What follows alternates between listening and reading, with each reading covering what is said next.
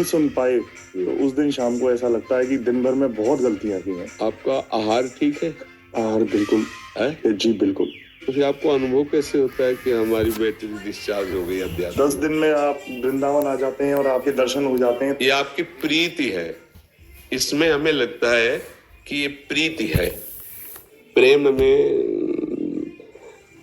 ये ऐसा अनुभव होता है बकाया, जिससे आपका सत्संग चल रहा है, आपका नाम जप चल रहा है। डिस्चार्ज हम तब समझते हैं जब हमसे पाप होने लगे, जब हमारा अध्यात्म चार्जिंग बढ़ती है तो अच्छे कार्यों की तरफ हम चलते हैं, और जब हमारी अध्यात्म शक्ति ढक जाती है तो पापाचरण होने लगता है। पापाचरण तो होता नहीं कि होता है, तो फिर आपसे संपर्क में आने के बाद जीवन बदल गया। हाँ, तो फिर हम उसको डिस्चार्ज ना कहें, उसे चाह कहें कि 10 दिन बाद 10 दिन तक तो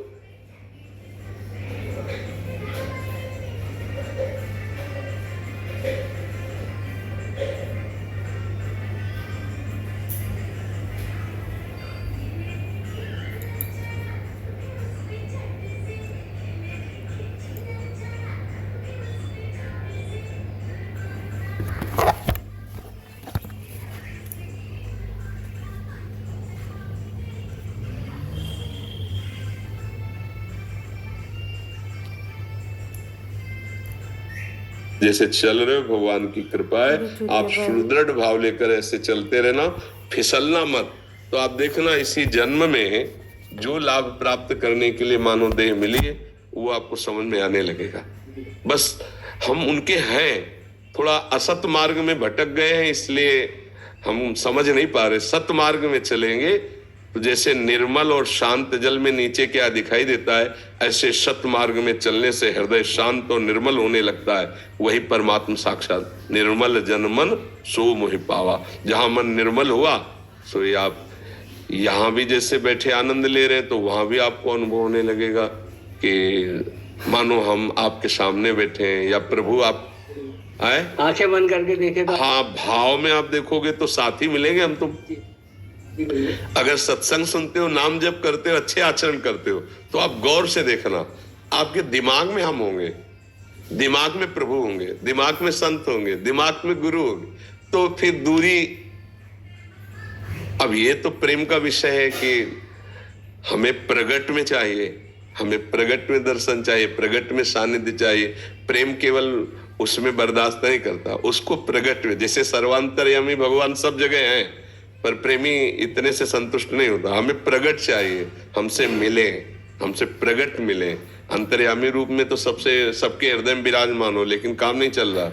हमारा काम चलेगा, हमसे प्रगट मिलो, हमसे बात करो, हमें स्वीकार करो। ये प्रेम का स्वरूप, वही आपके भाव अंदर आ रहा है। इसलिए धन्यवाद का भाव है ये। आप खूब नाम जप कीजिए, अच्छे से चलिए। पूनम शर्मा जी, सुनील शर्मा जी। श्री हरिवंश गुरुदेव भगवान। गुरुदेव भगवान, आपके चरणों में कोटि कोटि प्रणाम। परम पूज्य गुरुदेव भगवान, जब से आपकी शरण में आए हैं तब से जीवन में कोई प्रश्न नहीं रहा। हम दोनों पति पत्नी अष्टयाम सेवा में सुबह मंगला और श्रृंगार आरती इस शरीर के पति करते हैं, उसके बाद वो ऑफिस चले जाते हैं, उसके बाद की सेवा मैं करती हूँ शयन तक। गुरुदेव भगवान, क्या हमारी सेवा पूरी मानी जाएगी? बहुत। हम आदि आदि। हाँ अरे आदि आदि का ये बाया हाथ दाया हाथ तब पूरा शरीर होता है ना, तो पति पत्नी को एक ही माना गया है। वो अर्धांगिनी कही जाती ना, मतलब पुरुष एक अंग हुआ और स्त्री दूसरा अंग, दोनों मिलकर एक हुए, अर्धांग कहा जाता है ना। पत्नी को अपने धर्म भाषा में अर्धांगिनी कहा जाता है।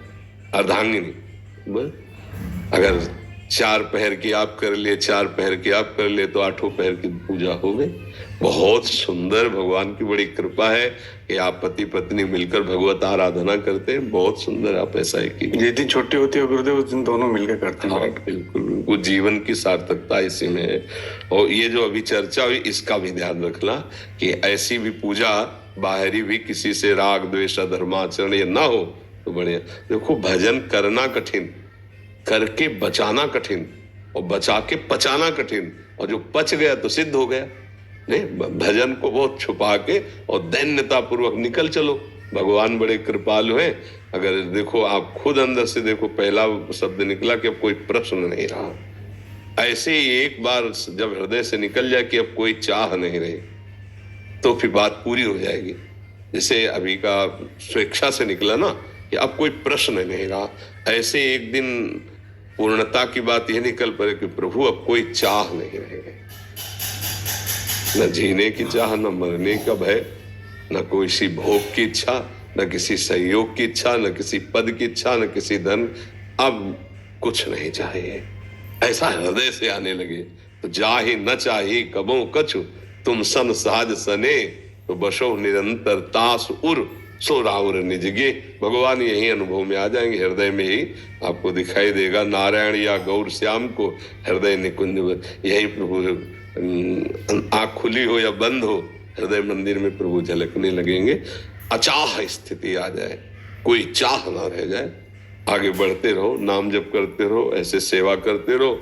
एक अद्भुत आनंद की अनुभूति जब होती है, जिसे केवट ना भगवान के जब चरण पखार रहा है, इतना आनंद, अति आनंद उमगी अनुरागा, इतना आनंद आ रहा है। फिर भगवान सियाजू की अंगूठी दे रहे, सियाजू की अंगूठी नहीं प्रभु, अब कछुनाथ न चाहे, मिट गई चाह, अब ये सब अब नहीं।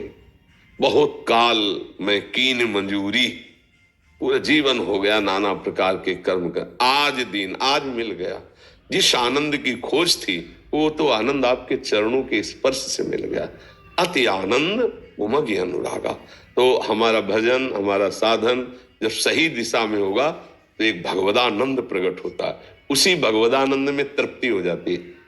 न सोचते न कांक्षते, कोई सोच नहीं, कोई चाह नहीं, एक अद्भुत आनंद।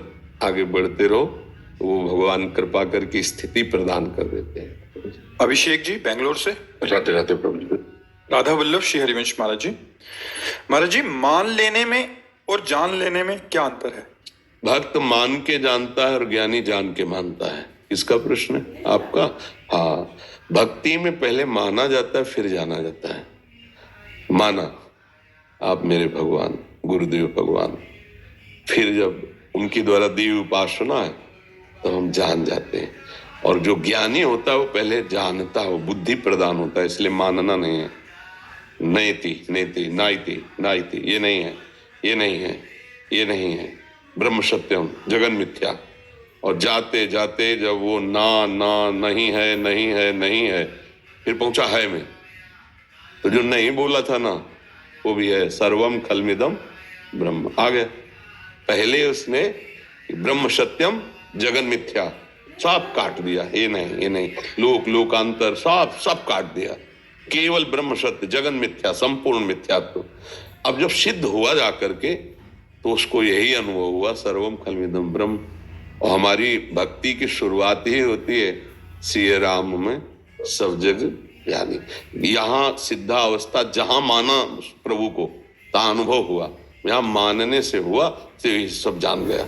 बहुत सरल मार्ग है, क्योंकि इसमें प्रभु जनाते हैं, सोई जाने जे देव जनाई और जानत तुम्हें तुम्हें हो जाई। तो इसमें अपने कोई मेहनत नहीं होती, प्रभु का आश्रय लिया, प्रभु की शरण माना, हमारे सर्वस्व प्रभु, जीवन धन प्रभु माना, जो गुरु जी ने पूजा के लिए दिया यही भगवान है, माना कि जो मंत्र दिया यही भगवान है, वो जान गया।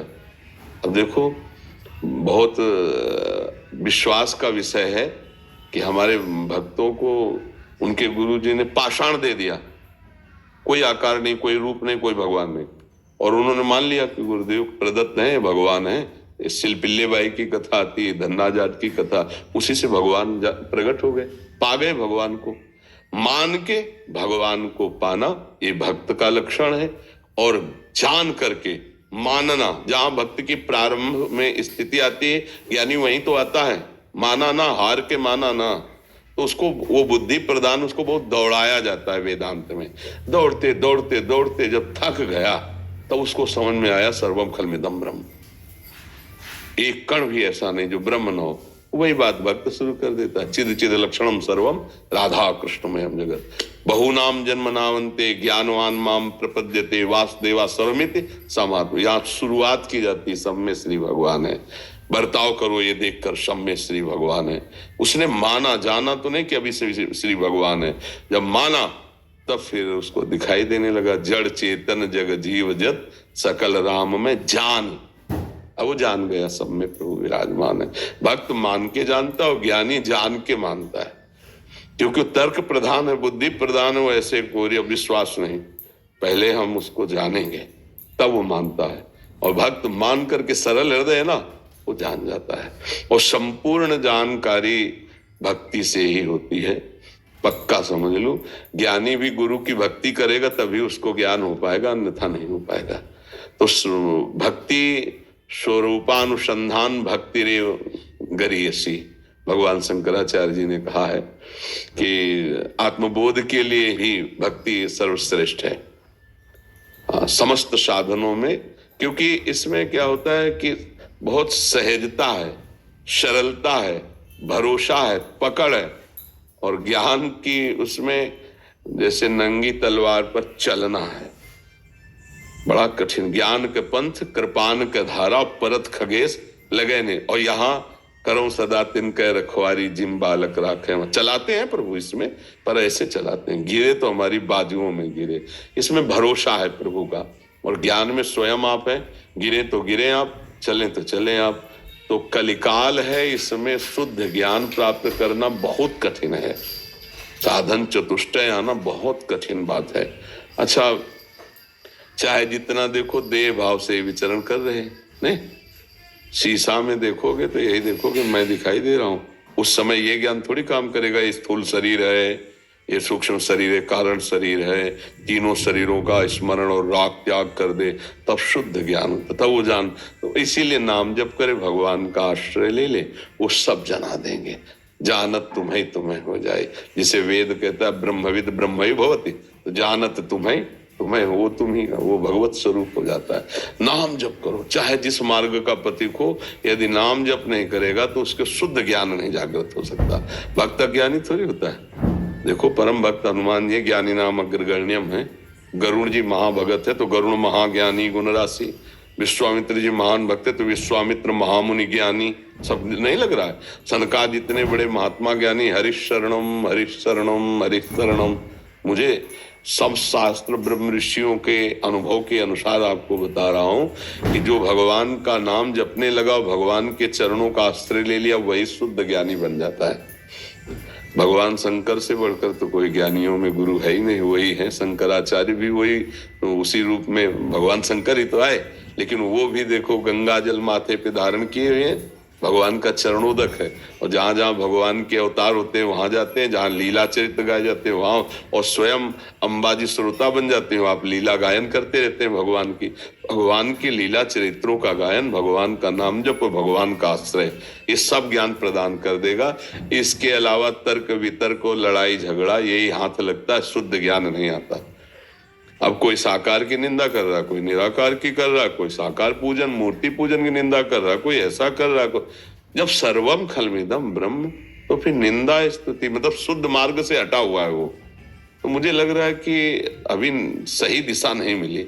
अगर सही दिशा मिले तो अपने को भूल जाना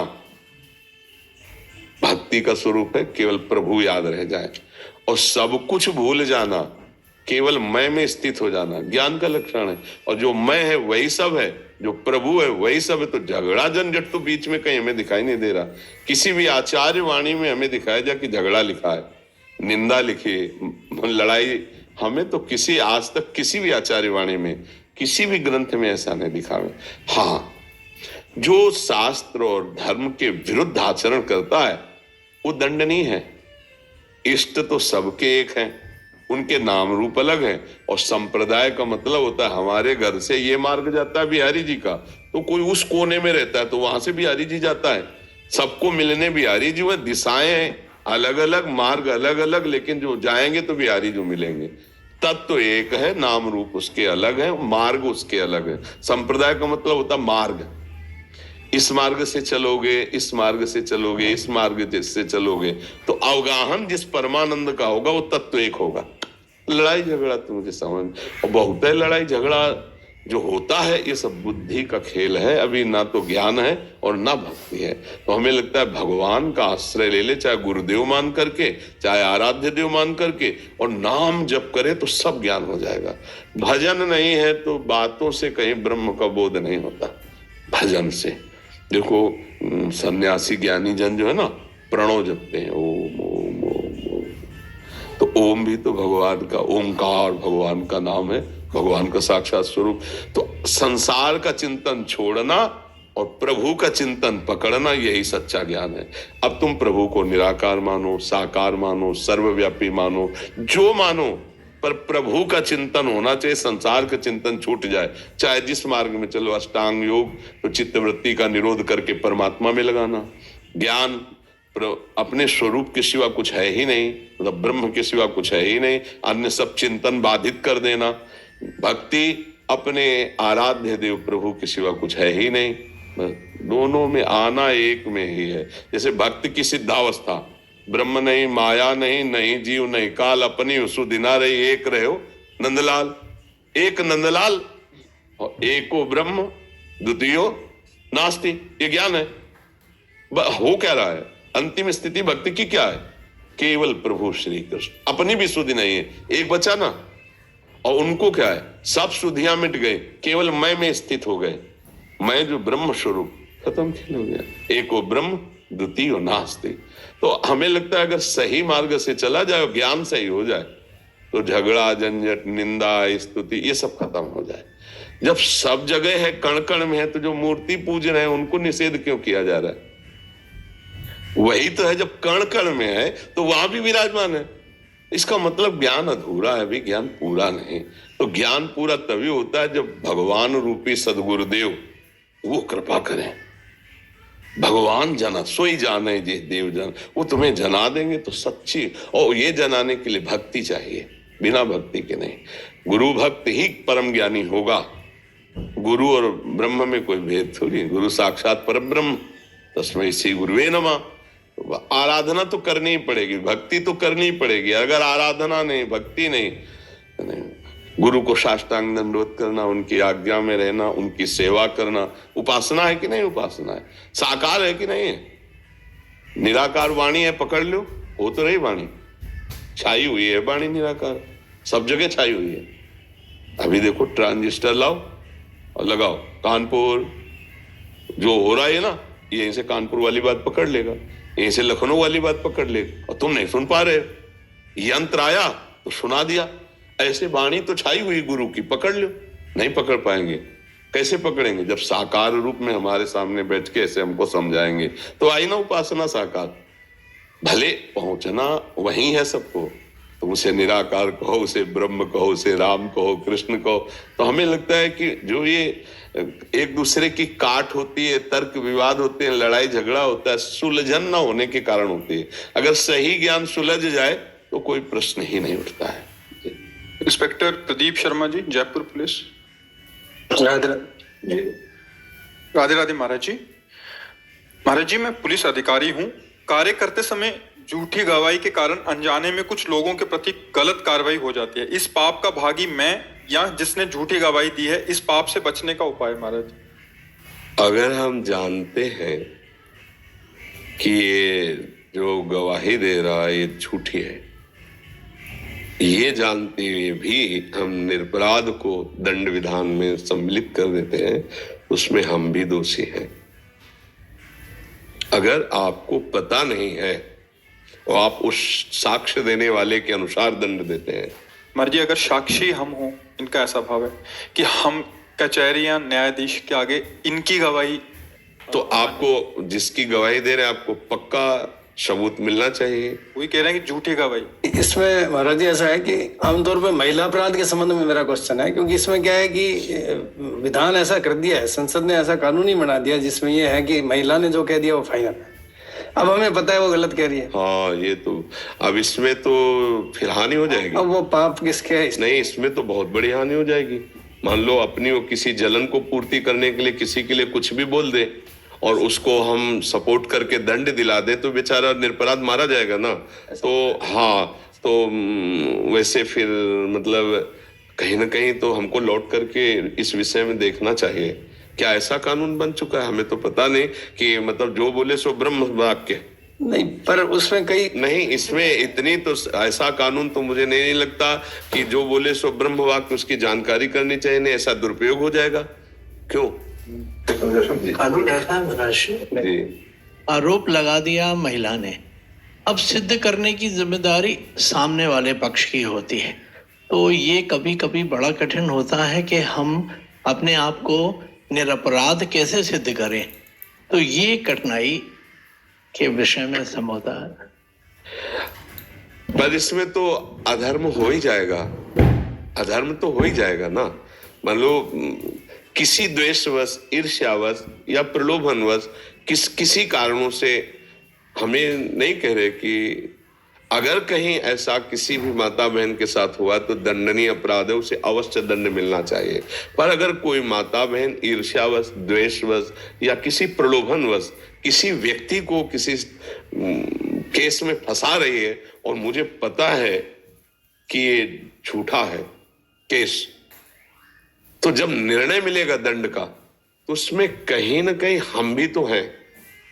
नहीं, कानून में लिखा हुआ है यह कि ऐसी स्थिति में जब महिला और पुरुष की बात में से किसकी बात को मानना है तो महिला की बात को मानना है, कानून में है। हाँ, कानून तो महिला अगर उसको झूठे फंसा रही, उसको दंड दिलाना चाहती है तो अब उसमें फिर आप क्या कर सकते हैं? उसमें अब आप जानते हैं, लेकिन अब मुझे तो ये बात थोड़ा कम समझ में आ रही है।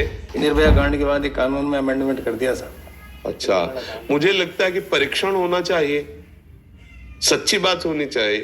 पुरुष में ही केवल विकार है ऐसा तो नहीं हो सकता ना, दोनों शरीरों में विकारों की उत्पत्ति होती है। तो अगर क्रोध विकार, ईर्ष्या विकार या द्वेष विकार के अंतर्गत ऐसे किसी को फंसाया जाए, हम कह रहे हैं अगर अपराध है तो दंड मिलना चाहिए। अगर वो निरपराध है और उसे फंसाया जा रहा है तो मतलब निर्दोष को दंड मिलने से तो पूरा सिस्टम बाधित हो जाएगा। एक छोटा सा उदाहरण दूंगा मैं। एक बस में कंडक्टर ने एक महिला को रिजर्व सीट से उठा दिया जी, और उसको कहा पीछे बैठ जाओ, ये रिजर्व सीट है, इस पे X पर्सन बैठेगा। जी, महिला ने नीचे उतरते ही थाने में आई और उसने ये आरोप लगाया इसने मेरे को घूर के देखा। अब घूर के देखना एक अपराध है कानून की दृष्टि से, महिला को गलत दृष्टि से घूरना। उसने देखा होगा घूर के, लेकिन उसने इस हिसाब से कि भाई तू यहाँ से उठ जा।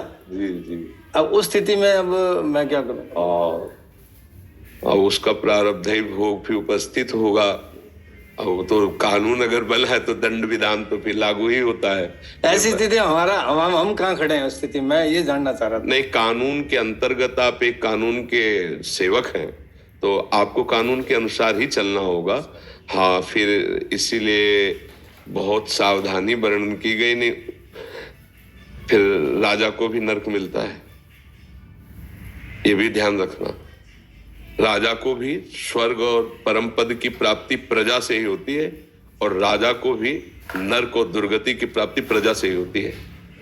यदि ऐसा कानून, ऐसी व्यवस्था बन जाए जिससे बिना किसी पर्दे के खुला न्याय हो तो ठीक है। अगर कहीं पक्ष और पर्दा रख दिया गया और निर्दोष मारा गया, निर्दोष, तो ये पूरा सिस्टम पर लदेगा, जाके पूरे सिस्टम पर जाएगा, क्योंकि अब उसके कई पावे हैं। वो पूरा का अधर्म जहां होगा तो देखो, आपको बता देते हैं कि भीष्म पितामह जैसा धर्मात्मा कभी युगों में पैदा होता है, लेकिन अधर्म के पक्ष में खड़े थे। युधिष्ठिर महाराज के विपरीत सामने, और पक्ष अधर्म का था, पूरा पता था। भीष्म जी को पूरा पता था कि पक्ष अधर्म का है, खुली नेत्रों से देखा था छलिया शकुनी कैसे छल कर रहा है, धृतराष्ट्र की कैसे बुद्धि भ्रष्ट होकर के आदेश कर रही, पूरा सब पता था। एक कुल वधू को कैसे प्रताड़ित किया जा रहा, पूरा सब पता था। परिणामता 6 महीना बाणों की सैया पर पड़े महाराज। द्रोणाचार्य जी गुरु, शास्त्र के ज्ञाता, धनुर्वेद के ज्ञाता, पांडित्य के महान प्रकांड विद्वान काट के फेंक दिए गए, कारण अधर्म के पक्ष में थे। धर्म और अधर्म जरूरी नहीं कि आप अधर्म करें, कोई भी कहीं भी कैसे भी। अधर्म तो अपना बबूल बोएंगे तो कांटे ही उसमें होगा, आम तो लगेगा नहीं। चाहे कोई बोए, कितना बढ़िया खेती बना के बोए, आम बोओगे तो फसल आएगी, ये तो आम रसीला मिलेगा। तो ये अब हमारी तो समझ में नहीं आ रहा, ऐसे तो बहुत ही गलत हो जाएगा। पर हम केवल इतना कहते हैं कि अपराधी को दंड मिलना चाहिए। अपराधी किसी भी ना तो जाति का माना जाता है और ना किसी धर्म का माना जाता है, सिर्फ अपराधी अपराधी होता है। हम इतनी बात मानते हैं कि अपराधी अपराधी है, वो किसी भी धर्म समुदाय का हो, वो ना धर्म का होता है ना समुदाय का होता है, वो सिर्फ अपराधी होता है। और जो अपराधी नहीं है उसे दंड ना दिया जाए, क्योंकि ऐसे तो बहुत तरह से शोषण किया जा सकता है, बहुत तरह से शोषण किया जा सकता है। अब उसने कुछ नहीं कहा और उसके ऊपर ऐसा तो फिर माना जाएगा ना कि हाँ कि तो अब इसमें क्या है कि आप तो एक केवल निमित्त मात्र हुए, आप कोई दंड देने वाले नहीं हुए। जैसा उसने कहा उसके अनुसार आपने कहा, तो मुझे लगता है कि आप जान भी रहे हैं कि शायद ऐसा ना हो, पर कानून ऐसा है तो फिर आप निर्दोष ठहरेंगे, क्योंकि आप जानते हैं। पर आप करें क्या, वो जो बड़ों ने आगे नियम बना दिया उसके अनुसार आपको भेजना पड़ेगा, आपको ऐसा करना पड़ेगा। तो अब आप क्या करें, आप जान तो रहे हैं, पर आप क्या करें, वो आगे बड़ा निर्णय ऐसा है। तो इसमें तत्काल तो आपको दंड मिला ही कि आपका हृदय जला, तत्काल तो आपको प्रायश्चित मिला ही कि आपका हृदय जला। क्या ऐसा नहीं होना चाहिए। अब आगे का हिसाब आगे वाला जानेगा, पर ये बड़ा मतलब डरावना विषय है, क्योंकि अगर कोई किसी राग द्वेषवश, किसी ईर्ष्यावश किसी को किसी के प्रति भी कैसा तो वो लागू हो जाएगा। तब तो बहुत डर के चलने की बात है भाई, कभी भी कोई किसी को कैसे भी। हमें लगता है कि कुछ ऐसी जांच होनी चाहिए जिसमें सत्य का निर्णय होना चाहिए, नहीं ऐसे कभी कोई फंसा सकता है। मान लो ऑफिस में जैसे है, अब ऑफिसर उसको डांट रहा है किसी कार्य के लिए और वो अकेले हैं, मान लो अब वो तत्काल लगा दे। हो रहा है। ऐसा होता है, जैसे नव विवाह होता है आजकल की स्त्रियों के अंदर, उनको लगता है कि हम पुरुष के माता पिता के साथ नहीं रहे, अलग रहे। बीमार ससुर पे सब पे आरोप लगा देती लज्जा भंग का, तो तुरंत FIR होके, पहले तो ये कानून था कि लॉकअप में जाते थे जी। फिर जब इसका प्रचलन बढ़ने लगा तब सरकार थोड़ा ढील हुई और इसमें पुलिसकर्मी भी कुछ नहीं कर पाते। आपको कोर्ट में जाना ही जाना है, सारे गंभीर आरोप क्रिमिनल एक्ट सब लग जाते हैं और सालों उसमें लग जाते हैं। हाँ, भगवान ही रक्षा करे, अब इस पे क्या। और इसीलिए हम प्राय प्रार्थना करते थे कि हमारे जो नवीन पीढ़ी है, नए बच्चे बच्चियां हैं, थोड़ा अध्यात्म को समझें, थोड़ा सत्य को समझें, सतमार्ग को समझें। ये जो आज हवा चल गई है ना गंदी बातों की, जिसे फ्रेंड कहा जाता है, ये बुद्धि को भ्रष्ट कर देगा बहुत बुरी तरह से। मतलब इसमें हानि होने की संभावना है। अच्छा, अब जब ऐसा कानून है, मान लो फ्रेंड बने और एक दूसरे के प्रति भाव बिगड़ गया, अब उसका भी वो कंप्लेंट होते ही वो सेम सजा है, बिल्कुल। हाँ, तो ये इसीलिए हम बच्चे जैसे स्कूल के आते हैं, इनका तो हर बार ये शिक्षा देते हैं कि ये जो आपका गर्लफ्रेंड वाइफ फ्रेंड और ये जो बना है, ये बहुत ही घातक है, बहुत ही घातक है, जिसमें ऐसी परिस्थिति आ जाएगी कि हो सकता है आपको अपने जीवन की हत्या करनी पड़े। अब पापा जान जाएंगे तो क्या होगा, अमुक जान जाएगा तो क्या होगा। और जिस पक्ष से उसने मित्रता की और